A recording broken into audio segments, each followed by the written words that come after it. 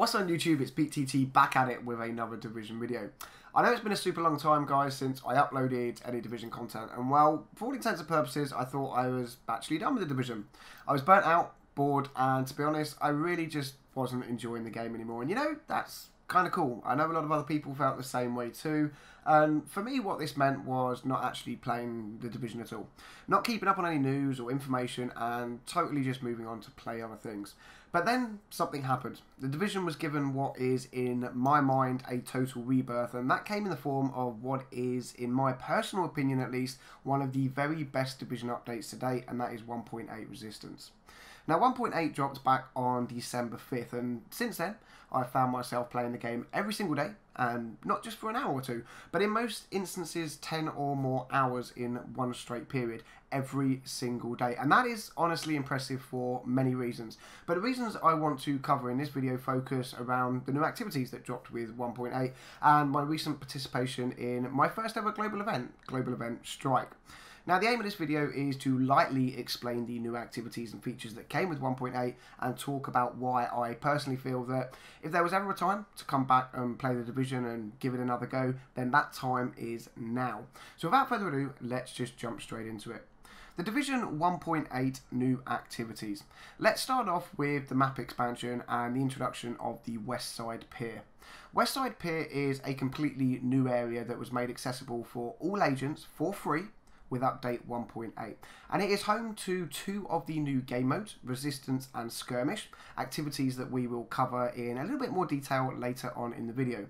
In this new area, you have kind of more to contend with than just the two new game modes though.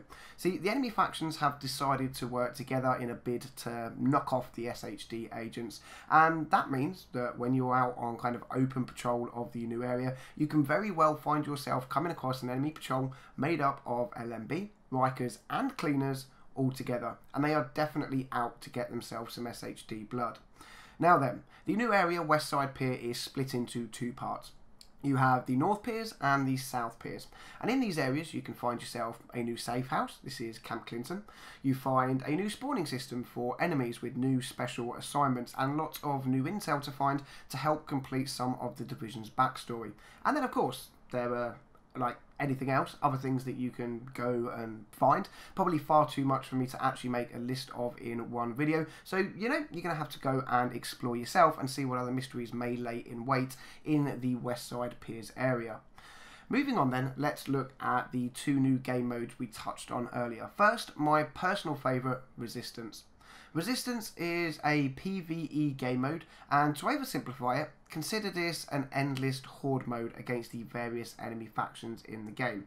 Now personally, I had the chance to play this loosely when 1.8 was in its PTS stage, and I fell in love with it, and now it's on the live server, I'm kind of even more in love with it. Now, one of the great things about having a horde mode like this implemented in game is that every time you run through it, it's going to be different and exciting. And while yes, you only have three main areas in which you can play, those three areas are very big. And they'll require you to have very good gear and a very good team to hit high enough levels so you can actually access all of the possible areas in the one selected destination. Then we look at the introduction of the Hunters into Resistance. And all I can say here, guys, is wow.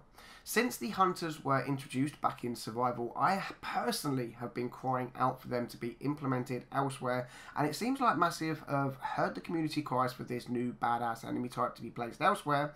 And trust me, guys, if you do manage to make it far enough into a round of Resistance to face off against the Hunters, then be prepared to enjoy yourself. Because it truly is a different experience to the way in which you fight them versus the way in which you fight them in Survival that, you know, you probably will just go ahead and die. But to me, that's kind of cool because then you get to go and try it all over again, right? So, yeah, there's that. Now let's move on to Skirmish. Skirmish is a newly added 4v4 PvP arena style game mode where you and your team face off against another team of 4 to see who can earn the most amount of kills in a set time. Now, why this to me isn't a lot of fun, I know that the PvPers have been crying for a straight up PvP mode now with no NPCs involved for a very long time. And well, now you have it, guys. So go get them builds back together, stack up into this game mode and see just how good you are at the PvP in the Division. Next, let's talk about the Underground, because it's not just new activities that got love in 1.8. Massive actually went back to some of the older activities and gave them some love too. So first, let's mention the fact that the hunters are now in the Underground. And again, this makes me very happy. The introductions of hunters, as I said before, in survival and the way in which they work were truly amazing. But at the same time, it was a little bit of a waste, as only a select amount of the community ever got to experience the hunters for themselves, if they own the DLC or they were good enough to actually make it to the hunters in the first place. But now all agents can experience the joys of facing off against these enemy types, because they're included with the free update to both the Resistance game mode and of course the Underground. So yeah, go have at it, guys. Play with the hunters in the dark tunnels, but do remember to go stacked and check your commendations before you do. Next, let's talk about the other changes the Underground has to offer. First, we have new modifiers, and these are pretty interesting. I'm not going to run through all of them and ruin the experience for you, but suffice is it to say that the new challenges do indeed face you if you're game enough to stack all of the modifiers together over several phases. Then we have the introduction of the Underground weekly assignment cache, and this obviously brings yet another way to earn exotics, so yeah, get grinding, guys. There are new Underground commendations and masks to chase and several other way of life changes that just make the Underground far more enjoyable. Now again, guys, I'm not going to go through all of them, so I will leave a link in the description down below to the full 1.8 patch notes. Feel free to go and check them out as and when you want to. Next, I want to lightly touch on something that I know splits opinion in the Division community, and I promise to do a more in-depth video next week on it, and of course I'm talking about Rogue 2.0. Now, if you don't know, the rogue system has changed with 1.8. And again, to try and just oversimplify it, you now can't go accidental rogue. You have to manually select up on your D-pad to turn into a rogue agent. Basically, guys, you can stand there all day long shooting fellow agents and not go rogue if you don't choose to. Now, obviously, this, as I said before, brought a lot of division in the community. No pun intended. And I honestly am unsure where I sit with it right now. And that's why I kind of want to do a separate video on it at a later date. But just be warned, guys, if you do come back and obviously give it a go and you go into the DZ is definitely a more PvE friendly area now. And it really does cater for those PvEers and solo players. But all of that, you know, being said, put it to a side, there is still a fair amount of PvP if you choose to participate in it. So yeah, stay tuned for a more in-depth video on this as soon as I figure out just what it is I want to say, because I still haven't made my mind up fully. Next then, let's talk about new exotics. 1.8 introduced 4 new exotic weapons. We have the mother of all SMGs, the House. We have the Big Alejandro, this is an LMG. I've still actually yet to test this bad boy out because, well, RNG. Then we have the Devil and Hill marksman rifles. Now these work in a very similar way to weapons like the Hilda and Ear and the Liberator Centurion, where as you want to actually have both equipped to make the most of the extra weapon bonuses.